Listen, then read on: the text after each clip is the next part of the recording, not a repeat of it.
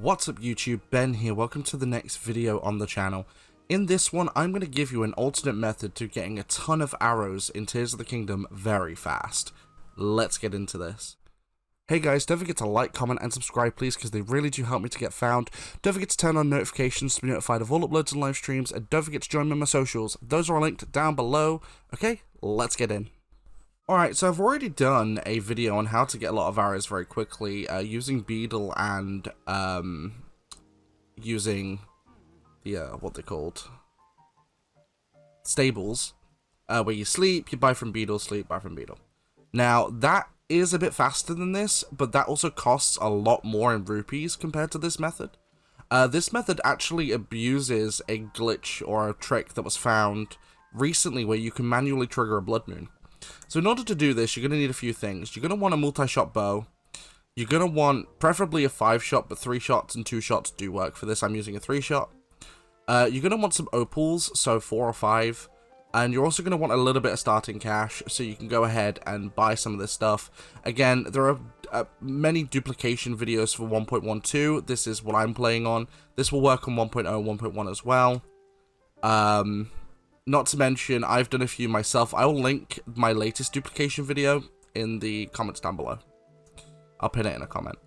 So, once you're in Lookout Landing, we're going to go ahead and buy all of these arrows.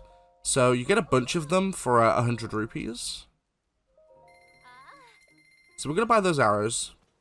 And then, we're going to quickly run to the center of Lookout Landing. Now, if you talk to this guy, it opens up the underground emergency shelter, and you want to quickly run over to this pot. Where is it? There it is. You want to run over to the pot, and you're going to sit there until noon. Now, if you just trigger a blood moon and come back to this, back to the arrow shop, it won't actually refill. You do have to rest here first. But once you've rested, open up your map, and we're going to go to the Hebra area, near Rito Village, where we did the original blood moon, glitch for triggering a blood moon. So the Tanagar Canyon West Cave, which is in the Hebra area, it's just near Nero Hilo Piper Ridge. And when you get there, you're going to go through the cave up to the point you get to the shrine. So I'm just going to go straight to the shrine, but you know where the cave is now, so you can go to that. Go through, activate the shrine, so you've got it set. And then we're going to go ahead and we're going to trigger a blood moon manually. So how does that work? Well, I'll give a quick synopsis. I talked about it fully in the video. So basically, when the memory of the game fills up, that's when it triggers a blood moon, because it's going to reset everything back to its default values, and we can abuse that flag because we can make it so that the game's memory fills up very fast so that it triggers a blood moon by default. So if you come to this room in this cave, it works in other caves too, but this is the one it's known to work in the most. You want to get into here and you want to make a manual save. Now, you don't need to worry about taking out the enemies. I mean, they can hit you, but again, you can take them out if you want. I'm not going to. So just climb up the wall.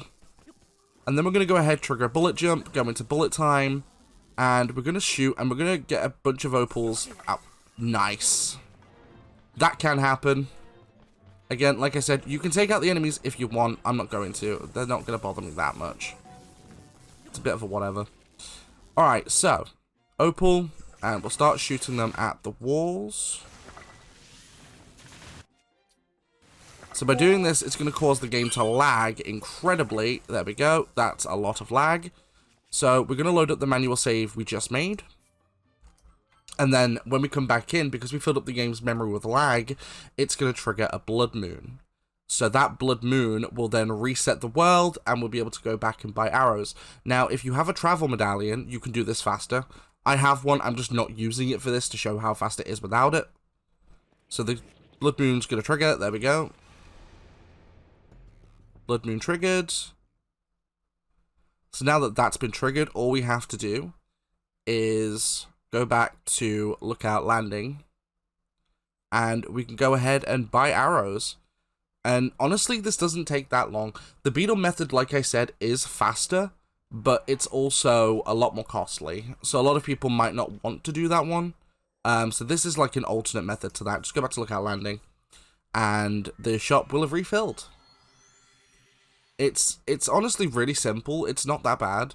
Plus, triggering a blood moon also affects other things as well, like overworld chests and stuff like that. They will respawn with a bunch of loot in them. So if that's kind of your whole deal, although it's kind of pointless because of, you know, duplication, but still, it's still like a really interesting glitch, and another interesting way to reset the world so you can go ahead and get a bunch of arrows very quickly.